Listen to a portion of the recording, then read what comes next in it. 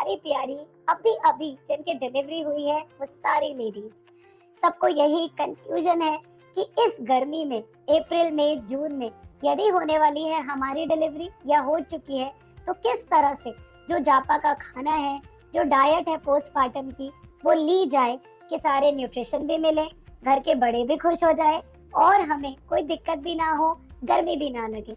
देखिए, पहली बात तो आपको अपनी डाइट के अंदर सारी चीजें मतलब कि proteins, carbohydrates, fats, calcium, minerals और विटामिन्स, ये छह चीजें लेनी है क्योंकि हर चीज का अलग अलग रोल होता है।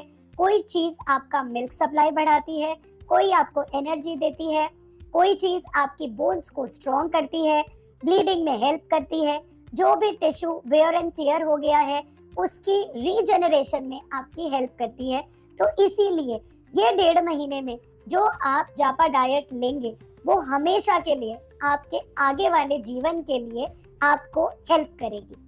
तो जो बड़े डाइट बताते हैं वो हमेशा सही होती है, ये मेरी धारणा है। और मैंने भी अपनी डिलीवरी में जो भी मेरी नानी ने प्यार से मुझे खिलाया वो मैंने खाया, लेकिन हाँ, एक दो चीजें जो मुझे पसंद नहीं आती थी, जिसका मैं साइंटिफिक रीजन भी देती थी, वो मैंने जरूर दिया और वही चीज मैं आपसे भी शेयर करूंगी। जो भी हर्बल चीजें हमारे घर के बड़े हमें खिलाते हैं वो सभी चीजें बहुत अच्छी होती हैं, जिनमें से मैं आपको डिस्क्रिप्शन दूंगी कि हमें क्या क्या खाना चाहिए। सबसे पहला तो आता है पानी।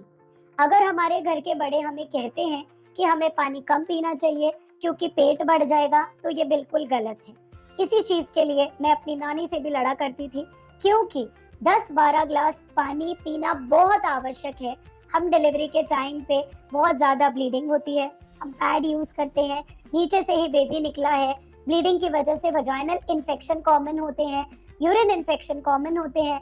इनफैक्ट जब सिजेरियन होता है तो हमें कैथेटराइज ही किया जाता है। तो हमें अगर पानी एडिक्वेट मात्रा में नहीं मिलेगा तो नंबर 1 हमें यूटीआई, यूरिन इन्फेक्शन बहुत ज्यादा होगा। दूसरा, डिहाइड्रेशन की वजह से हमें गर्मी लगेगी, हम लो फील करेंगे, चक्कर आएंगे।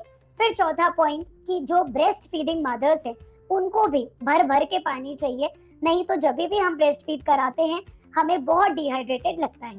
10-12 ग्लास पानी, अगर आप फ्रिज का ठंडा नहीं लेते कोई बात नहीं, आप मटके का ले सकते हैं, नहीं तो जो रूम टेम्परेचर पे पानी पड़ा है उसे भी आप पी सकते हैं।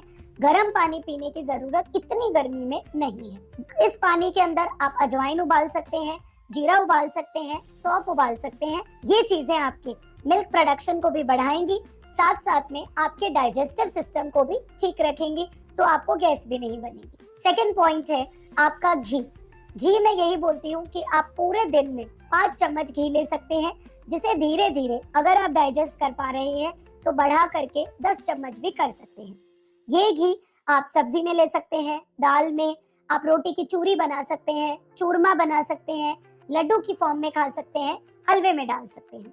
इससे ज्यादा यदि आपको लगता है कि हमें सिर्फ घी घी दिया जाए, या अगर वो घर वाले भी दे रहे हैं, तो आपसे इतनी गर्मी में 45 डिग्री में डाइजेस्ट नहीं होगा। आपको मुंह में छाले हो जाते हैं, पेट में सूजन आती है, गैस बनती है, कॉन्स्टिपेशन होता है, जिसकी वजह से बच्चे को भी दिक्कत हो सकती है। तो एक एडिक्वेट मात्रा में घी जरूर लेना है, क्योंकि होता है उसमें ओमेगा 3 फैटी एसिड्स, जो कि आपकी बॉडी के रीजनरेशन के लिए, आपकी यूट्रस के स्ट्रेंथ के लिए भी बहुत आवश्यक है। फिर आते हैं ड्राई फ्रूट्स। ड्राई फ्रूट्स आप बिना भिगोए रॉ खाइए। आप बादाम, पिस्ता, अखरोट, काजू, अंजीर, ये सभी चीजें पीस के अपने लड्डू में डाल सकते हैं, हलवे में डाल सकते हैं, दूध में बॉईल करके ले सकते हैं, और यदि आप वैसे ही खाना चाहें तो भी खा सकते हैं। सभी की 7-8 मात्रा क्वांटिटी होनी चाहिए। ये आप मिक्स प्लेटर करके ड्राई फ्रूट्स खा सकते हैं। फिर आते हैं कुछ चीजें जो हमें एंटीऑक्सीडेंट्स और विटामिन्स देती हैं। उनमें है मगध के बीज, ये बहुत ही ज्यादा हेल्दी होते हैं। अगर आपके सिटी में नहीं मिलते तो आप इन्हें ऑनलाइन भी ऑर्डर करके मंगा सकते हैं। खसखस, ये भी बहुत हेल्दी चीज होती है। इसकी तासीर होती है कि ये यूट्रस के कॉन्ट्रैक्शंस करवाती है, ब्लीडिंग भी आपकी ठीक करती है, साथ साथ में आपको हेल्दी बनाती है, तो ये भी आपको लेना है। फिर आप chia seeds, pumpkin seeds, basil seeds, ये भी आप ले सकते हैं। ये चीजें हमारी बॉडी के जो हार्मोनल मिल्यू है इसको ठीक करती है, क्योंकि कहीं ना कहीं ये सारी हर्ब्स हमारे सेल्स को टॉक्सिन से बचाती हैं। तो ये सभी चीजें जो हमारी दादी नानी भी दिया करती थी, आप आराम से ले सकते हैं। गोंद आपको जरूर लेना है, क्योंकि गोंद इनडायरेक्टली आपके गैलेक्टोगोग होता है, मतलब कि मिल्क सप्लाई को बढ़ाता है ब्रेस्ट की, साथ साथ में कैल्शियम बहुत होता है, तो आपकी बोन्स को भी बहुत स्ट्रॉन्ग बनाता है, तो आपको कमर दर्द भी नहीं होती। इसके अलावा आप दाल मखाने खा सकते हैं, उनमें भी कैल्शियम बहुत होता है, तो आप दाल मखाने घी में टॉस करके लीजिए, नहीं तो आप दाल मखाने की खीर भी खा सकते हैं। साबूदाना भी आपको जरूर लेना है, इसमें भी बहुत कैल्शियम होता है, और जो कार्बोहाइड्रेट लेवल है लो होने की वजह से आपका ज्यादा वेट गेन भी नहीं होता। तो ये सभी चीजें आप अपनी डाइट में कुछ कुछ मात्रा में ऐड कर लीजिए। अब क्योंकि गर्मी बहुत है, तो कई लेडीज आती हैं कि मैम मेरा अजवाइन शुरू किया, पानी कम दिया, घी बहुत दिया, तो मेरे मुंह में छाले हो गए। तो आप ये ध्यान रखें कि इतनी गर्मी में आप डिलीवरी के 7 दिन के बाद जो भी खाना चालू करें, थोड़ी थोड़ी क्वांटिटी में एक एक करके चालू करें। ऐसा नहीं कि आपने एक ही दिन में गोंद भी ले लिया, अजवाइन भी ले ली, जीरे का पानी भी पी लिया, घी भी ले लिया, रोटी भी कम ली, क्योंकि एक साथ अगर लेंगे तो आपके पेट को ओवरलोड होगा। हार्मोन वैसे ही अभी बैलेंस हो रहे हैं, डाइजेस्ट नहीं कर पाएंगे। तो आप अजवाइन थोड़ा थोड़ा रोटी में लेना शुरू करें। जो आप हलवा बनाते हैं कई बार, उसमें थोड़ा अजवाइन ऐड कर दें। अगर आप 3-4 दिन में वो डाइजेस्ट कर पा रहे हैं, तो फिर नेक्स्ट चीज गोंद या कुछ भी आप ऐड करें। अजवाइन आप ध्यान रखिए कि हमेशा आपको या तो कॉन्स्टिपेशन कराता है या लूज मोशन। मेरे केस में इट वाज लूज मोशन। मैं लेती थी और मुझे बहुत ज्यादा गट अपसेट हो जाता था, तो फिर मैं बंद कर देती थी, उसकी जगह मैं जीरा ऐड कर लेती थी। तो अगर आपको अजवाइन जीरा लेने के बाद कुछ लगता है स्टमक अपसेट है, तो आप उसे कम कर दीजिए। उसकी जगह आप ड्राई फ्रूट्स ले लीजिए, आप दूसरी हर्ब्स ले लीजिए, आप दाल मखाना ले लीजिए, गोंद ले लीजिए। एक चीज होती है बहुत अच्छी, कमरकस। ये मेरी नानी मुझे बहुत दिया करती थी, क्योंकि उनका मानना था कि ये भी बहुत कैल्शियम रिच होता है, और डिलीवरी के बाद में जो आपका बैक एक होता है ब्रेस्ट फीडिंग की वजह से, जो बोन से कैल्शियम ड्रेन आउट होता है, उसको रेप्लेनिश करता है। तो ये भी आप आराम से ले सकते हैं। इसके अलावा आप रागी ले सकते हैं, आप ओट्स भी ले सकते हैं। ये सभी चीजें आपके डाइजेशन को अच्छा करती हैं और आपको भरपूर मात्रा में प्रोटीन्स देती हैं।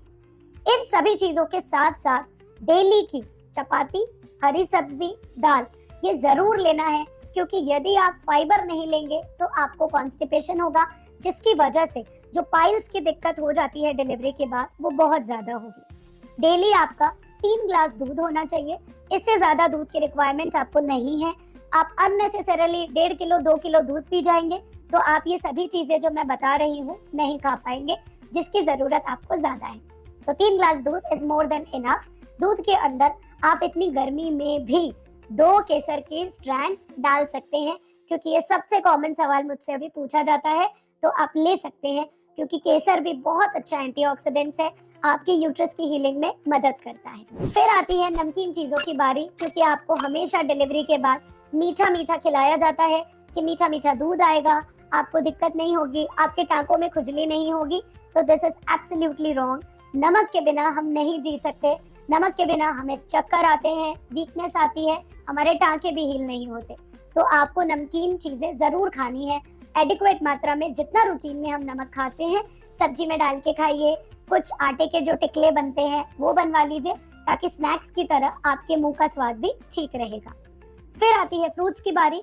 तो फ्रूट भी आपको केला, पपीता, चीकू, एप्पल, अनार ये सभी चीजें लेनी है।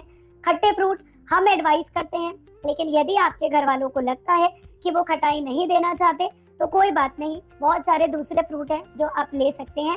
वैसे खट्टा देने में कोई दिक्कत नहीं है।